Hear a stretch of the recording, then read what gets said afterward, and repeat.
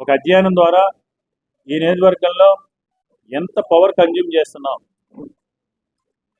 ఎంత capacity of electrical lines ఉన్నాయి, ఎంత కెపాసిటీ ఆఫ్ ట్రాన్స్ఫార్మర్స్ ఉన్నాయి, ఎంత కెపాసిటీ ఆఫ్ సబ్ స్టేషన్స్ ఉన్నాయి అధ్యయనం చేసి 123.5 కోట్ల రూపాయలతో మొత్తం పవర్ సిస్టమ్ని అప్గ్రేడ్ చేసి క్వాలిటీ ఆఫ్ పవర్ ఇస్తున్నాం. అంటే మేము కమిట్మెంట్తో చేశాం కాబట్టి ఇవన్నీ చేసి కరోనా కష్టకాలంలో ఎల్జీ పాలిమర్స్ దొరకటంలో కావచ్చు, పగలైనా రాత్రైనా ప్రజలకు అందుబాటులో ఉన్నాం. ప్రతి సమస్య పైన కూడా స్పందించాం. ప్రతి సమస్యకి కూడా మూలాలు వెతికి రాజకీయంగా కాకుండా సేవా దృక్పథంతో ప్రతి సమస్యకి శాశ్వత పరిష్కారం చూపించాం. కాబట్టి ఈరోజు 2024 ఎన్నికల్లో ధైర్యంగా, నిజాయితీగా, ధర్మబద్ధంగా ఓటర్ మహాశైలి దగ్గరికి వెళ్ళి, అయ్యా మీరు మమ్మల్ని ఆశీర్వదించండి, తప్పకుండా ఈ 5 సంవత్సరాలు ఏ విధంగా అయితే ఉన్నామో అంతకు మించి సేవాభావంతో అన్ని రకాలుగా కూడా నియోజకవర్గ అభివృద్ధికి, నియోజకవర్గంలో మాకున్న ప్రతి అవకాశాన్ని, ప్రతి అధికారాన్ని కూడా ఈ నియోజకవర్గంలో ప్రజా శ్రేయస్సు కోసం, ప్రజా ప్రయోజనార్థం కోసం వెచ్చిస్తాం. అంతేకాకుండా ఈరోజు తప్పకుండా జగన్మోహన్ రెడ్డి గారు ఈరోజు పరిపాలనా రాజధాని ప్రతిపాదించారు. రేపు ఆయన ముఖ్యమంత్రిగా కూడా విశాఖపట్నం నుంచే ప్రమాణ స్వీకారం చేస్తూ ఉన్నారు. ఇలాంటి తరుణంలో ఉత్తరాంధ్ర ప్రాంత అభివృద్ధిని కాంక్షిస్తూ, ఉత్తరాంధ్ర ప్రాంత అభివృద్ధిని స్వాగతిస్తూ, విశాఖపట్నం పరిపాలనా రాజధాని స్వాగతిస్తూ, విశాఖపట్నం పరిపాలనా రాజధానిగా అభివృద్ధి చేయడం ద్వారా ఒక ఆంధ్రప్రదేశ్ రాష్ట్రానికే కాదు, యావత్ ఉత్తరాంధ్ర ప్రాంతానికే కాదు, యావత్ ఆంధ్రప్రదేశ్ రాష్ట్రానికి కూడా ఆర్థికంగా పరిపుష్టత తీసుకురాగల శక్తి సామర్థ్యాలు విశాఖపట్నానికి ఉన్నాయి. కాబట్టి మనందరం కూడా ఈరోజు ఎట్టి పరిస్థితుల్లో ఉత్తరాంధ్ర ప్రాంతంలో ప్రతి ఒక్కరూ కూడా మన ఆత్మభావాన్ని, ఆత్మగౌరవాన్ని కూడా చాటుకుంటూ ఈరోజు వైఎస్ఆర్ కాంగ్రెస్ పార్టీకి మద్దతు తెలపాల్సిన, ఎందుకు ఆత్మాభిమానం, ఎందుకు ఆత్మగౌరవం ఉన్నామంటే, మీరు ఒకసారి ఆలోచన చేస్తే, మనం ఒకసారి ఆలోచిస్తే, ఈ ఉత్తరాంధ్ర ప్రాంతం వెనకబడి ఉందంటే, ఉత్తరాంధ్ర ప్రాంతానికి అన్యాయం జరిగిందంటే, కూడిన నైతిక విలువలతో కూడిన రాజకీయం చేసే దమ్ము, ధైర్యం మీకు లేక, అడ్డదారిల్లో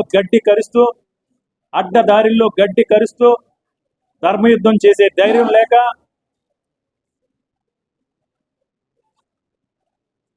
ఈరోజు నిజాయితీగా, నిస్వార్థంగా రాజకీయాలు చేస్తున్న వ్యక్తులపై దాడులు చేయించే ప్రయత్నం చేస్తారా? ప్రజలు వివేకవంతులు. ప్రజలు ఇప్పుడు మనల్ని మోసం చేయరు. రాజకీయ నాయకులు ప్రజల్ని మోసం చేస్తారు తప్ప ప్రజలు ఇప్పుడు కూడా రాజకీయ పార్టీలు కానీ, రాజకీయ నాయకులు కానీ ప్రజలు ఇప్పుడు కూడా మోసం చేయరు. రాజకీయాల్లో ఉందాతనం కూడా రాజకీయాలు చేయాల్సి ఉంది. ఇప్పటి వరకు కూడా వ్యక్తిత్వ హననానికి మీరు పాల్పడ్డారు. అయినా ఏ రోజు కూడా దాన్ని మేము పట్టించుకోలేదు. ఏ రోజైనా కేకే రాజాను ఎక్కడైనా పోరాటం చేస్తే ఉత్తరాంధ్ర పరిపాలనా రాజధాని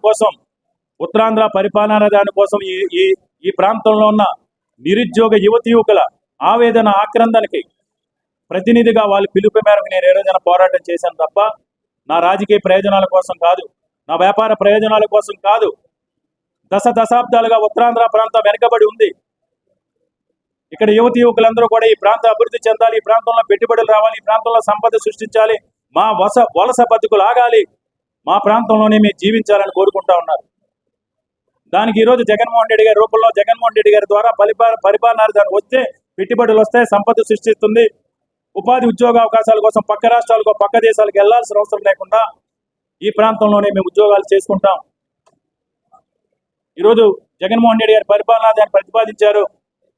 దాన్ని చంద్రబాబు నాయుడు గారు వ్యతిరేకిస్తున్నారు.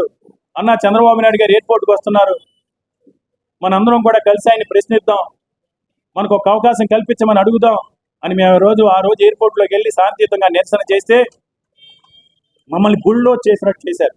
మీరు ప్రతిపక్షంలో ఉన్నా సరే మమ్మల్ని ఆ రోజు ఆంధ్ర యూనివర్సిటీ స్టూడెంట్స్ని, ఈ ప్రాంతంలో ఉన్న నిరుద్యోగ యువకుల్ని, ముఖ్యంగా యువతుల మహిళలను కూడా చూడకుండా ఈరోజు మీరు పోలీసులు బెదిరించి బుల్డోజ్ చేసినట్టు చేస్తే మేము శాంతియుతంగా బైఠాయించాం.